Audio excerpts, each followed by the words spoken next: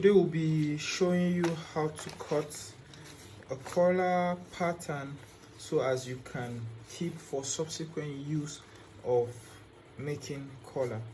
So we'll go straight into cutting of the pattern. The first thing you want to do is to get an edge line, a straight line from the edge, and then you have to get a thick pattern paper for you to use. The normal pattern paper for taking out pattern would not last you. When you keep it, it can easily get torn. So even if you want to use the normal pattern paper, you have to make it a bit thick. That's attaching it like double or triple. But this paper is very thick, so you can use the cardboard paper or any other paper you have around that can be thick and will last you a long period of time. So that aside, we'll go straight into cutting off the collar. So now we're not making a collar that's just for one usage. We're making a collar that is universal, that you could use for so many sizes of neck. According to how the sizes variate, then you can also change the size of how you cut the pattern. So just follow me up and then you would see and understand what I'm talking about. So we're making the maximum of collar 22 because I don't think there's somebody that is beyond that. But even if there's somebody that is beyond that, you can always find your way around it. So would make both a vertical and horizontal line to make sure we are on track and guided by our lines. So this is it. The base of the collar will be making it 1.25. 1.25 you mark your dot, and 1.25 you mark your dot at this point. Then you make sure you rule out a straight line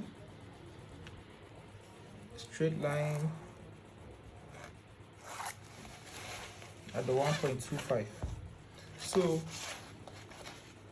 and then you're taking ½ inch upward here and also coming this way to take ½ inch upward.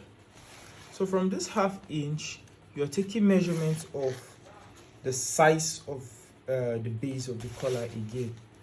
You take the measurement 1.25 and then 1.25 again. So you rule your line. You roll the line again, but this time you're not rolling it completely. So you take the measurement of the 11. It's okay. Once you place your measurement of 11 this way, from the end of the measurement or from the beginning of the measurement, you mark 3.5. You can make it 3, but 3.5 is more adequate. So you take your curve this way, take your curve out. So you can see,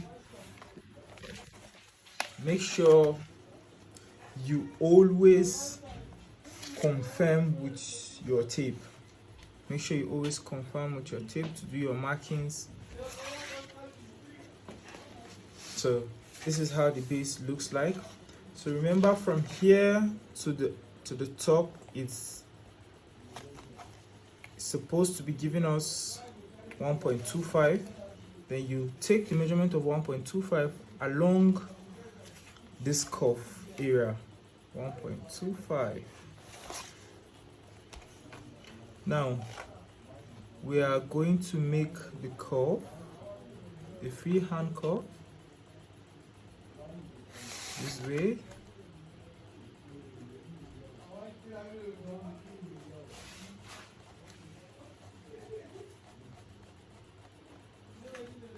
Freehand curve.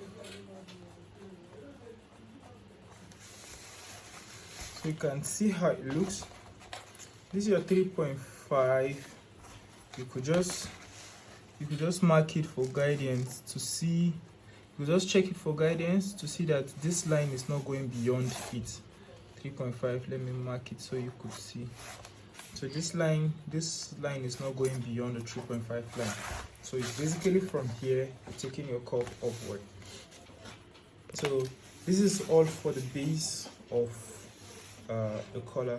We'll cut it out and then use it to get to the top part. So now we're cutting this out.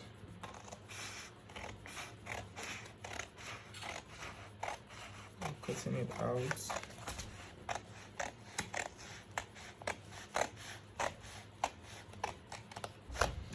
So even before we cut out completely, let me just show you this so as you could do it while before cutting out, but even after cutting out you could still do it.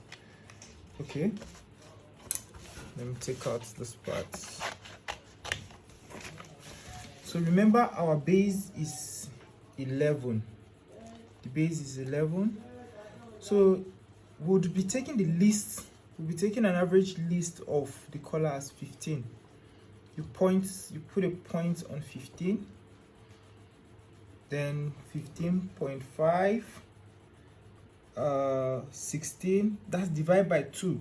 16, 16.5, 17, 17.5, 18, 18.5, 19, 19.5, 20, 20.5, 21, 21.5, and then the last one is 22. So this dotted lines, this dots would make sure you rule the lines straight, connect them all through so as you can label the sizes. When you want to trim another color, you can just go ahead to use the size of the color from the label you have on the measurement to just trim out the size of the color you want. You mark out all the points you want, and after marking out all the points, you make sure you label them accordingly to the size you want them to be. So can cut out.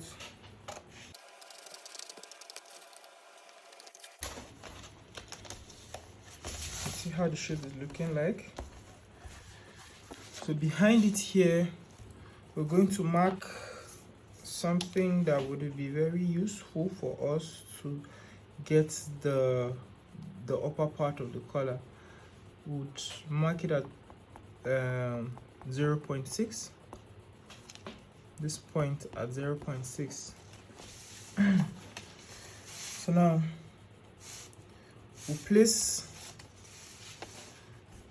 parts. It's time to cut the upper part. So we'll place this upper part still aligning on the horizontal line. It's aligning on the horizontal line. So you would place it this way, and then use your marker, your pen or your pencil to mark out the curve, the upper curve of the smaller part of the collar. That's the lower part of the collar.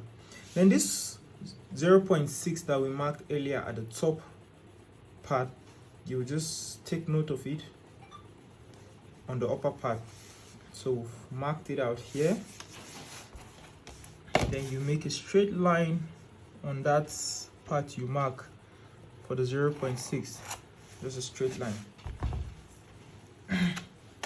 Now, knowing that the base we use 1.25, you mark your 1.25 at this point, and then you add ½ inch to it. After marking 1.25, you add ½ inch, then you rule a straight line. So now, depending on how you want your collar to go up, you know, some colors, there are some colors that the top part are very long and coming downward, and then some are not really long. So You could add ½ inch coming up here if you don't want it long. You could have add 0.75 here, that's 3/4. Or if you want it exaggerated, you could add even up to 2 inch or more, so long as you want it long or you want it short. But now we're going to add 0.75 to this place, and then we're not taking this line straight. If you take this line straight, there's a look the collar will give you that is creating a lot of space in the tie area, and then it's not looking fine. And then if you take it too slanty, it covers the tie area. In case of using it with the tie, it covers the tie completely, and then it doesn't make sense. So this point, from this point to this point, we are adding ½ inch. This point to this point, we're adding ½ inch. Then from this lower point, we're connecting it with a ½ inch.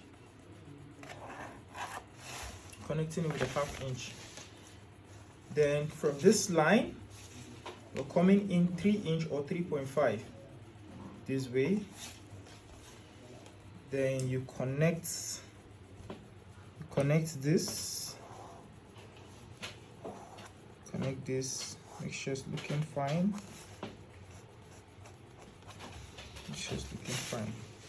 So this is how it be looking.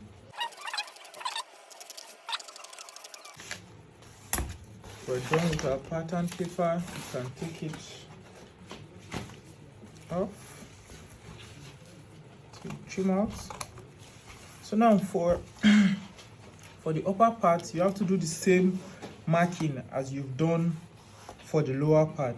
So as you know, when you're cutting a collar of 18, you cut 18 on the upper and 18 on the lower. So I'll just take points on the lines, just making points so I can just draw my line easily. Point. Half, 17 and half, 18 and half, 19 and half, 20 and half, 21 and half, then 22. This is how it be looking, and then you have a very fine collar after you make.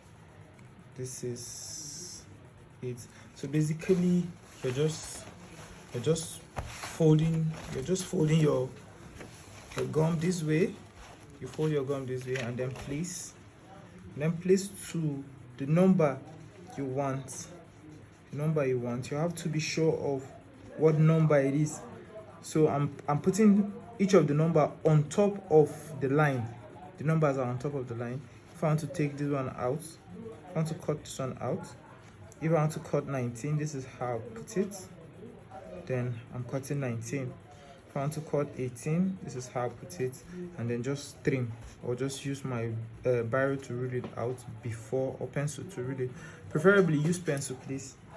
Then, but I'm using biro because it's on the pattern.